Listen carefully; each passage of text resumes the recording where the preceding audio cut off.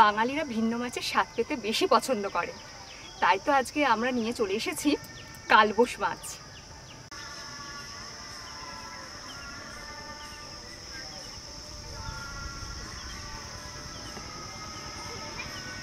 কালবোশ মাছ একেবারে পুকুরের টাটকা মিষ্টি মাছ। কালবোশ মাছ অসাধারণ লাগছে, আর এর স্বাদও অপূর্ব, খুব মিষ্টি খেতে, জানো তো। আর দেখতে অনেকটা দেখুন রুই মাছের মতো। এই দেখুন, রুই মাছের মতো হলেও কালবোশ কেন নামটা? কারণ গোটাটা কালো, দেখো একদম কালো। রুই মাছ বাদামি বর্ণের, আর কালবোশ পুরো মানে আঁশগুলো দেখুন পুরোটাই কালো, সেই জন্য এর নাম কালা বাউশ বা কালবোশ। আর এই মাছের বৈশিষ্ট্য হলো এই মাছটা খুব হড়হড়ে।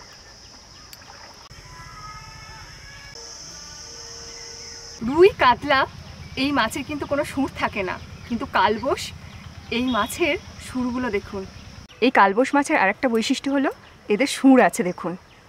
কাতলা মাছ রুই মাছের কোনো সুর থাকে না, এই দেখুন কি বড় বড় সুর। এবার এই মাছটা আমি কেটে ফেলছি।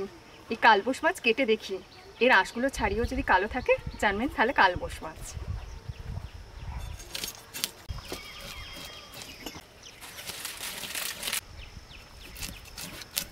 মাছটা খুবই টাটকা,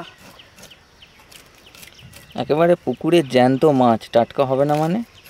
আর এই মাছ খুব নাকি মিষ্টি হয়, বিশাল মিষ্টি মাছ।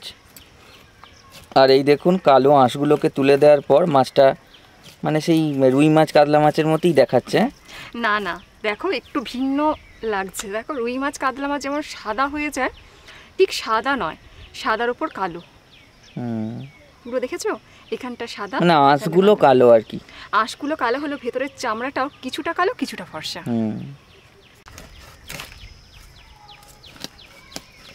পেটে ডিম আছে নাকি বলো তো?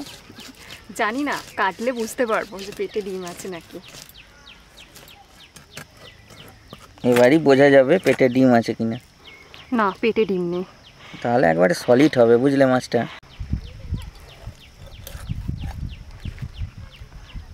পেটের মধ্যে কত রকমের জিনিস গো।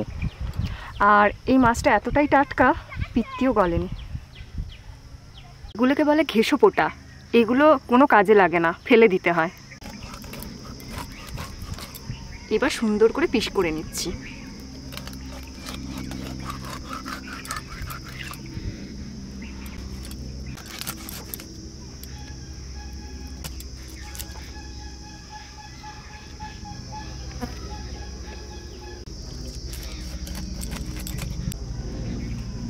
মাছ কাটতেও খুব ভালো লাগে বলো? হ্যাঁ, নিত্য নতুন মাছ বাজার থেকে নিয়ে এসে বা পুকুর থেকে ধরে এইরকমভাবে বঁটিতে কাটা অসাধারণ লাগে।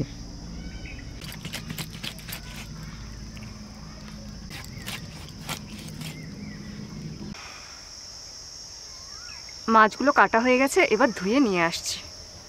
মাছগুলো খুব ভালোভাবে ধোয়া হয়ে গেছে, এবার নুন হলুদ মাখিয়ে নেব। প্রথমে দিয়ে দিচ্ছি হলুদ, তারপরে দিয়ে দিচ্ছি নুন।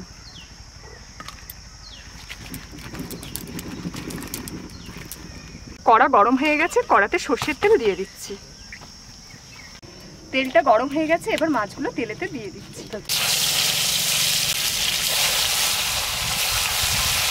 কড়ায় দিতে দিতে একটা মধুর গন্ধ বেরিয়েছে গো। টাটকা মাছ দিয়ে কিন্তু এরকমই গন্ধ ছাড়ে যখন কড়ায় পড়ে। এই মাছটা হচ্ছে খুব মিষ্টি হবে। আজকে একবারে জমে যাবে ঠাকুমা। মাছগুলো ভাজা হয়ে গেছে, আর বেশি ভাজবো না, এবার তুলে নেব। এই মাছের যেহেতু আমি তেল ঝাল বানাবো, তাই বেশি ভাজবো না, মোটামুটি ভেজে আমি তুলে নেব।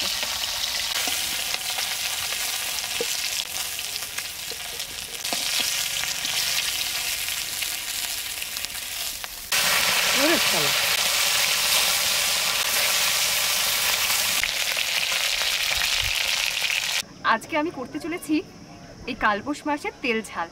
আর তেল ঝাল বানানোর জন্য যে তেলটায় মাছগুলো ভাজলাম সেই তেলেই আমি কালো জিরে ফোড়ন দিয়ে দেব।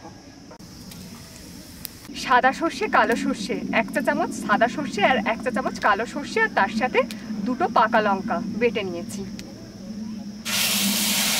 1 বাটি জল দিয়ে দিচ্ছি। এটা খুব ভালোভাবে নাড়াচাড়া করে নেবেন।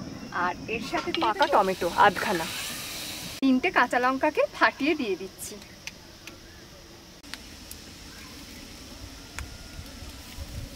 পরিমাণ মতো নুন দিয়ে দেব,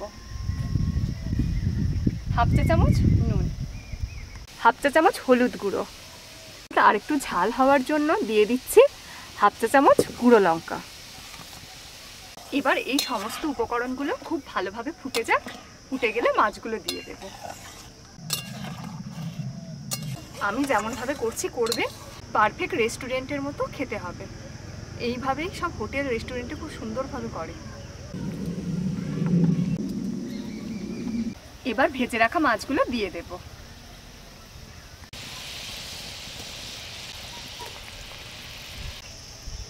ভেজে রাখা মাছগুলো দেওয়ার পর 5 মিনিট একটু ফুটিয়ে নেব, যাতে গ্রেভিগুলো খুব সুন্দরভাবে ভেতরে ঢুকে যায়।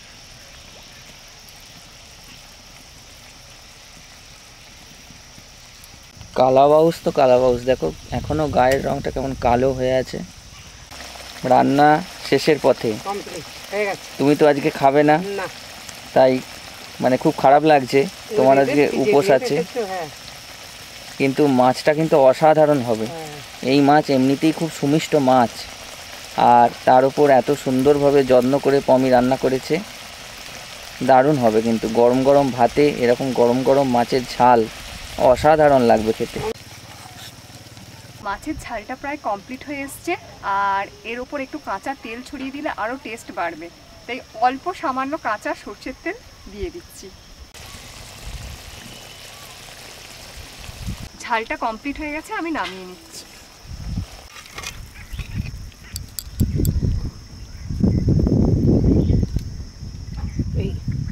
বারে বাহ, দারুণ লাগছে। তাহলে দেরি কেন বন্ধুরা, এভাবেই করে ফেলুন এই কালবোশ মাছের তেল ঝাল, আর সুন্দরভাবে পরিবেশন করুন সবাইকে। ভালো থাকবেন, সুস্থ থাকবেন, আর দেখতে থাকবেন আমাদের channel Pomi cook with village food. আর ফেসবুকের পেজটিকে প্লিজ ফলো করে দেবেন। ধন্যবাদ।